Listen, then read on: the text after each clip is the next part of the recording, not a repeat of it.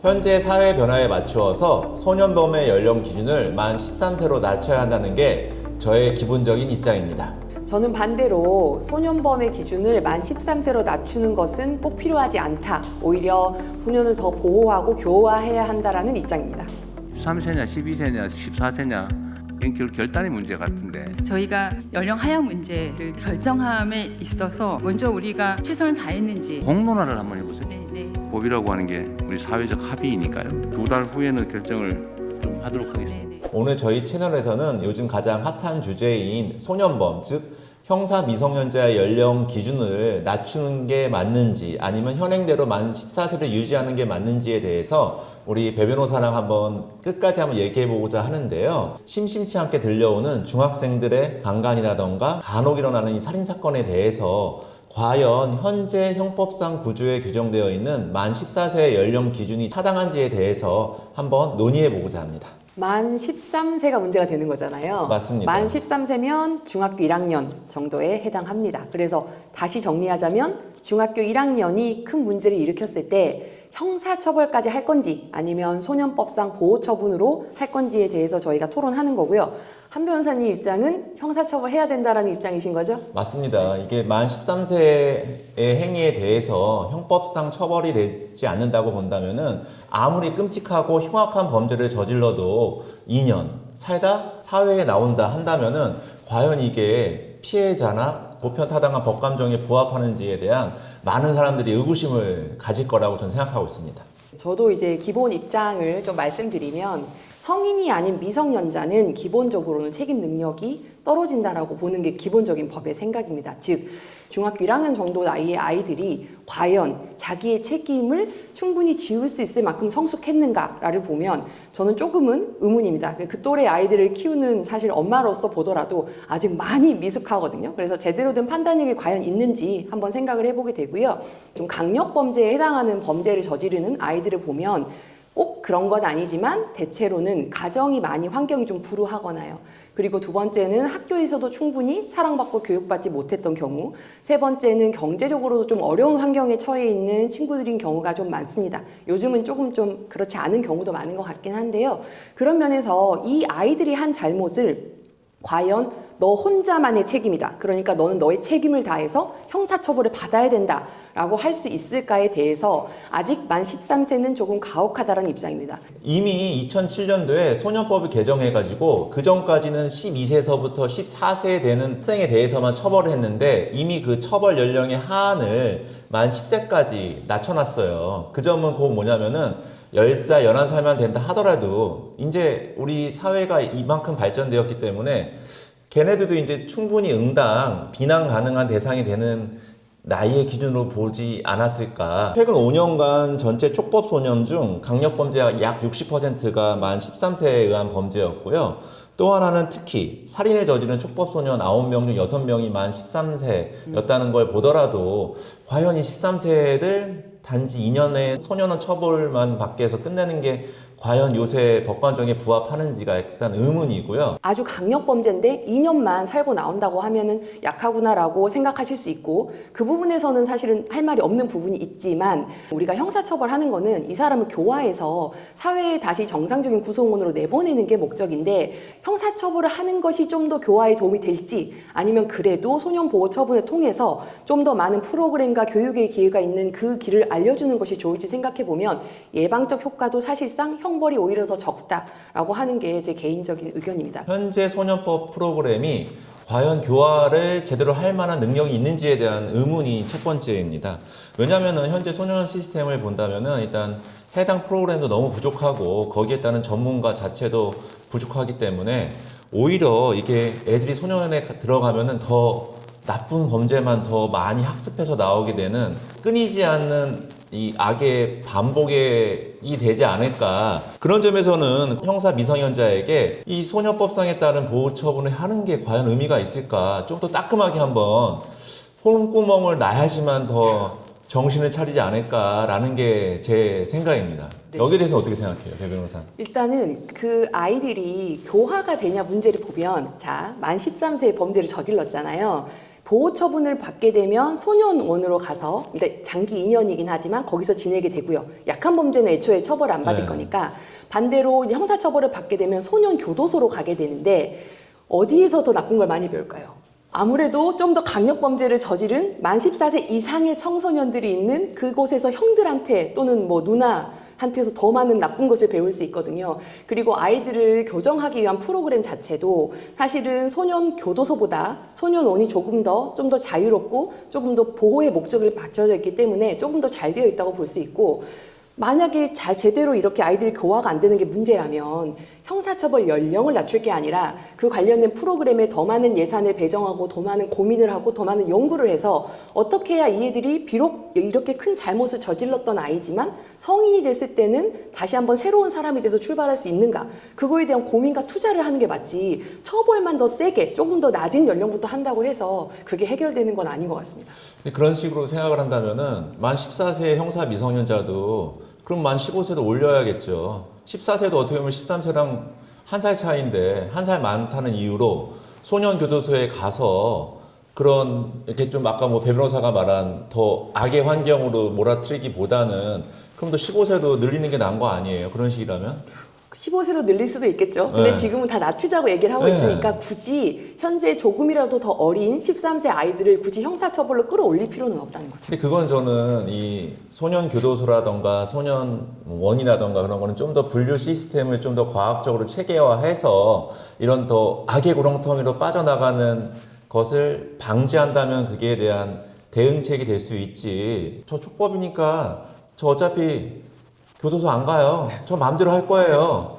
이렇게 애들이 얼마나 요새 애들이 똑똑하고 영악한데 과연 이 14세 기준을 계속 고수할 필요가 있을지. 또 하나는 이 소년법이 맞는 지가 얼마인지 아세요? 배 변호사? 꽤 오래된 걸로는 알고 있는데요. 이게 제가 한번 찾아보니까요. 1958년이에요. 10년이면 강산도 변한다고 했는데 과연 58년도의 법 제정 당시에 만 13세와 현재 2025년도 이 스마트폰과 이렇게 변화하는 시대, 모든 것에 다 노출되어 있는 요새 아이의 13세가 과연 동일한 인지 능력을 가지고 있는지가 전 의문이거든요. 그때 13세는 정말 순진무구한 아이였다면은 요새 13살이면 뭐 알 거 다 알만한 나이 아닐까요? 근데 아이들이 그 똑똑하고 영악해졌다, 58년도와 많이 달라졌다라는 부분에 대해서도 저는 조금 잘 모르겠는 게, 생각해보면 예전에 조선시대 때 지금 아이들 나이 때 이미 결혼도 하고 뭐 아이도 낳고 성인으로도 생활을 했거든요. 50 몇 년도, 60 몇 년도가 지금보다 옛날이고 사회가 전체적으로 순수하긴 했지만 나이가 어렸을 때부터 철이 들어서 오히려 생활했던 거는 그때 애들이 훨씬 더 철이 들었을 수 있고 보다도 어른 같은 생각을 했을 수도 있습니다. 그래서 시대의 변화에 따라 아이들의 성숙도가 과연 달라진 건지는 한번 생각해 볼 필요는 있는 것 같아요. 아니 그 조선시대는 농경사회다 보니까 13세가 과연 조선시대 13세랑 같은지 전 의문입니다. 얼마나 똑똑한데요. 지식이 있는 거랑 자신이 내린 판단이 어떻게 도덕적 또는 사회적 규범에 적용이 되고 내가 하는 이 행동이 상대방에게 어떤 피해를 줄 수 있고 그다음에 그걸로 인해서 내가 받을 불이익이 또 어떤 건지를 계산하는 것은 조금 더 고차원적인 능력이거든요.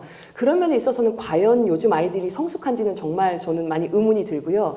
그 다음에 사춘기라는 나이는 사실 초등학교 6학년 정도부터 시작해서 중학교 1학년 이런 시기를 넘어가는 시기이고 그건 지금도 비슷하잖아요. 굉장히 감정이 들쑥날쑥한 시기입니다.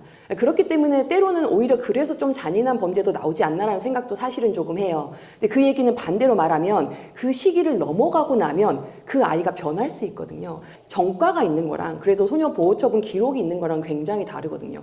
물론 거기서 더 나빠지는 친구도 있을 수 있고 좋아지는 사람도 있을 수 있지만 우리가 사회 정책적으로 선택을 한다면 잘못은 했지만 좋은 사람으로 돌아올 수 있는 기회가 있다면 그래도 소위 말해서 빨간 줄 긋지 않고 기회를 한 번 더 준다는 점에서 그리고 아직은 많이 불안정한 나이라는 점에서 저는 현행을 유지하는 것이 더 맞다라는 생각입니다. 근데 한편 이런 생각도 드는 게 일단은 지금 이 13세 애들이 제가 계속 강조하지만 예전과 다르기 때문에 자기의 행동에 대한 분명한 이익 형량을 할 수 있는 나이라고 보기 때문에 저는 오히려 더 너가 잘못했을 경우에는 이제는 소년법이 아니라 형법의 적용 대상이 된다라는 것을 사회에서 명확하게 시그널을 준다면은 거기에 따른 일반 유화적인 효과는 훨씬 크다고 봅니다. 그 위험한 범죄로 넘어가는 그 순간에 나중에 나에게 온 불이익을 과연 얼마나 잘 계산할 수 있는가 좀 많이 의문이 드는 게요. 뭐 이런 게 있어요. 예를 들어서 제가 얼마 전에 이렇게 봤던 사건 중에는 평소에 나랑 절친인 친구를 괴롭히는 친구가 있었어요. 이제 걔가 어디 있다. 여기 와서 얘를 좀 혼내주자. 이렇게 얘기를 하니까 다른 친구들이 연락을 받고 이제 우르르 몰려가가지고 여러 명이 한 명을 이제 때리게 된 상황이었죠. 이렇게 되면 학폭도 문제가 되고 형사처벌도 문제가 되는데 그렇게 여러 명이 이를테면 한 명을 때리거나 그런 상황에서요. 옆에서 다 하면 안 하기가 상당히 어렵잖아요. 애들 입장에서. 이게 형사처벌이 되는지 소년처벌이 되는지 일단 그건 모르겠고 여기서 내가 이거 안 하면 나는 의리 없는 애다. 여기서 이거 안 하면 나는 용기 없는 애다. 이렇게 돼가지고 잘못된 선택을 하게 되는 거거든요. 그게 잘했다는 건 절대 아니에요. 정말 잘못한 행동이지만 그 판단력이 어쨌든 13세는 좀 많이 부족하지 않을까라는 게 저의 생각입니다. 제가 가장 중요하게 생각하는 이 소년법상의 문제점은 피해자입니다. 현행 소년법에 따르면은 피해자 보호 규정이 없어요. 가해자와 그 가해자를 교화해야 한다는 국가 사이에서의 문제이기 때문에 내 팽개졌다는 표현은 그렇지만 완전히 제3자라던가 물려나 있는 거예요. 제가 오죽하면 이 소년법상 보호처분 사건을 하다 보면은 가해 학생이 무슨 처벌을 받았는지 알고 싶어도 정보공개 청구도 되지 않고 그 결과에 대해서 알려달라고 해도 도무지 알 수도 없고 물론 교화도 중요하지만 피해자의 이 응분 어린 상처는 어떻게 회복할 수 있을지가 가장 큰 저는 문제라고 생각합니다. 맞아요. 사실 그 부분은 어떻게 보면 저도 좀 불합리하다고 느낀 게 있거든요. 그러니까 형사처벌의 피해자는 이를테면 여러 가지 좀 보호받을 수 있는 부분이 있고 그걸로 인해서 어떻게 처벌됐는지도 확인할 수 있고 이런 게 있는 반면 그러니까 형사법상 잘못되면 피의자로 취급을 받지만 사실은 여기선 보호소년일 뿐인 거잖아요. 그런 면에서는 아쉬움이 있는데 이거를 보완하는 방법이 형사 미성년자의 연령을 낮출 문제인지 아니면 소년법을 개정해서 피해자 보호에 관한 부분을 강화할 것인지는 조금 별개라고 생각을 합니다. 그래서 그 부분에 대해서 아쉬운 점은 있습니다. 저도 실무를 하면서 아니 왜 소년 사건은 이건 조회가 안 될까? 이런 거를 의문을 가져본 적은 있고 형사처벌을 고민할 정도의 그런 사건은 정말 강력범죄잖아요. 그런 범죄의 하나여서는 뭐 형법과 똑같은 뭐 조회도 가능하다든가 아니면 어떤 식으로 피해자 보호를 해준다거나 이런 제도를 좀 만들 수 있고 소년법 자체를 개정하는 거죠. 그렇게 할 수 있고 사실 2년 있다가 나오게 되는 거잖아요. 가장 강력한 범죄를 저질렀을 때 그걸로 인해서 사실 피해자 입장에서는 상대방이 돌아왔을 때에 대한 불안감 뭐 이런 게 있을 수 있어요. 근데 그런 거에 대해서 지금 사실 형법도 제대로 뭐 보장이 되는 건 아니지만 뭐 피해자 보호 명령 같은 제도를 좀 확장을 해가지고 같은 장소나 같은 마을 그 동네에서 못 살게 한다든지 그다음에 피해자를 어떻게 좀 이렇게 보호할 수 있게끔 이렇게 좀 숨겨두는 조치를 한다든지 이런 거는 좀 입법적으로 좀 해결할 수 있는 부분이 있지 않을까라고 생각을 합니다. 입법적으로 하는 게 어려운 게 당장 뭐 조두순만 보더라도 그 동네 계속 살잖아요. 출소한 다음에 이런 성인도 못하는 마당에 과연 배 변호사가 계속 주장하는 이 소년에 대한 교화를 강조하는 입장에서 아무리 흉악범죄라 하더라도 이 가해 소년한테 출소 후에 거주지 제한을 할 수 있을까라는 건 저는 의문이라고 보거든요. 거주지 제한은 좀 어려울 수 있는데 우리가 학교폭력 발생하게 되면 아이들을 전학은 시킬 수 있잖아요. 이제 아이들이 만약에 같은 학교를 다니거나 이런 상황에서 문제가 발생했다면 학교 같은 것을 분리하는 조치는 취해줄 수 있지 않을까. 오히려 이게 이제 학폭에도 해당하기 때문에 그런 부분에서는 오히려 성인이 범죄를 저지른 경우보다 조금 더 보장은 될 수 있을 것 같습니다. 근데 이미 뭐 2년 소년원 갔다 올 정도라면은 그 동네에서 이미 다 소문은 났겠죠. 과연 그 동네에서 계속 산다고 주장할 경우에 그 사람을 이사를 가게 할 수가 있을지가 전 의문이라고 봐요.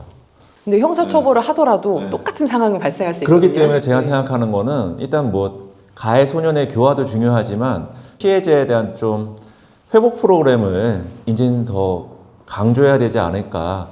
기존에 이 가해 소년의 교화에만 방점을 뒀다면은 이제는 좀 더 피해자 보호에도 좀 더 우리가 눈을 돌려야 될 시점이 아닐까라는 생각이 듭니다. 회복 프로그램은 충분히 좋은 의견인 것 같고요. 그건 역시 소년법의 틀 안에서 바꿔나갈 수 있다. 피해 회복 프로그램은 만 13세뿐만 아니고 14, 15, 16세의 아이들이 한 경우에도 마찬가지로 적용이 돼야 된다라고는 생각합니다. 네.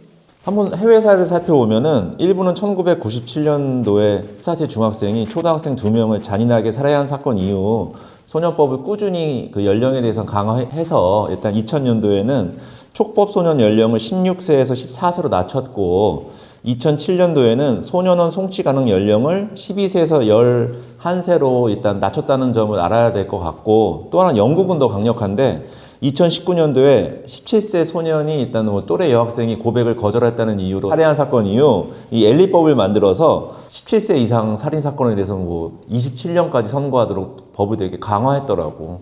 이 점에 대해서는 또 우리나라에도 시사하는 점이 크지 않을까라는 생각이 듭니다.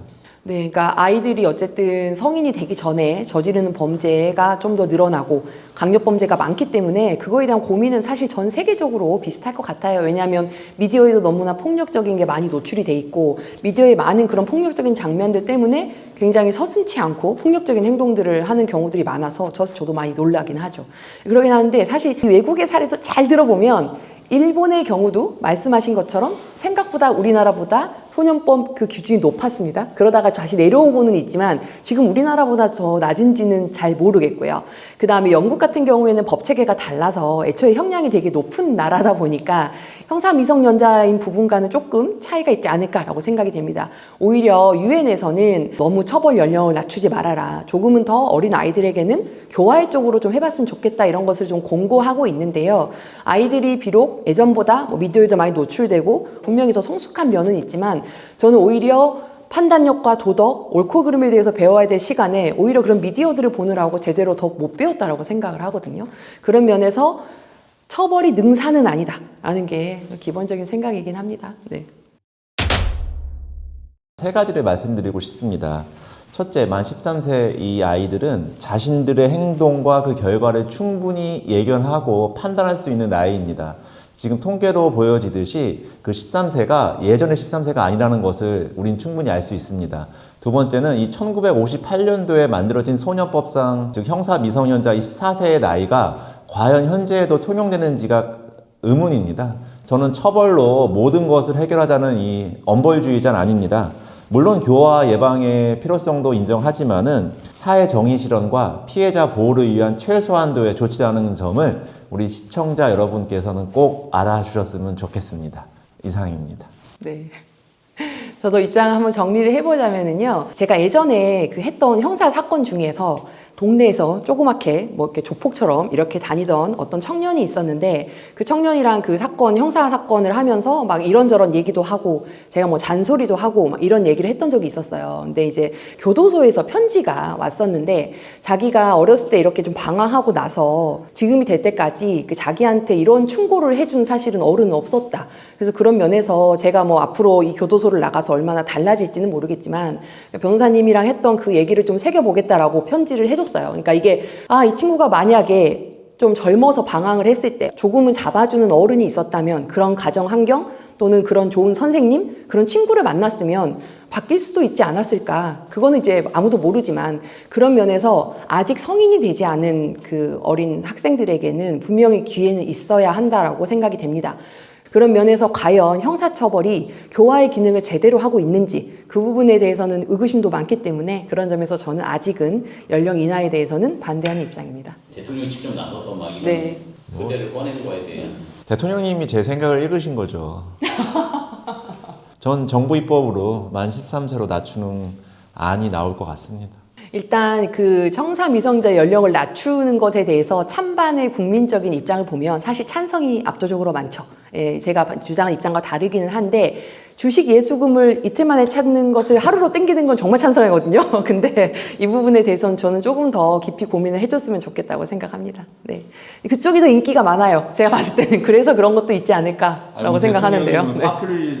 파퓰리즘이라는 거야? 아니, 제가 그렇다고 말한 건 아니고요. 그쪽 의견이 더 인기가 많다라고만 말씀드립니다. 네. 국민이 대통령 팬이세요? 그런 것 같아요. 네. 옷 입은 색깔만 봐도 알고 있지 않습니까? 저 이 넥타이 색깔이 이런데 뭐 색깔이 다 드러내주고 있습니다. 색깔론으로 이제. 네.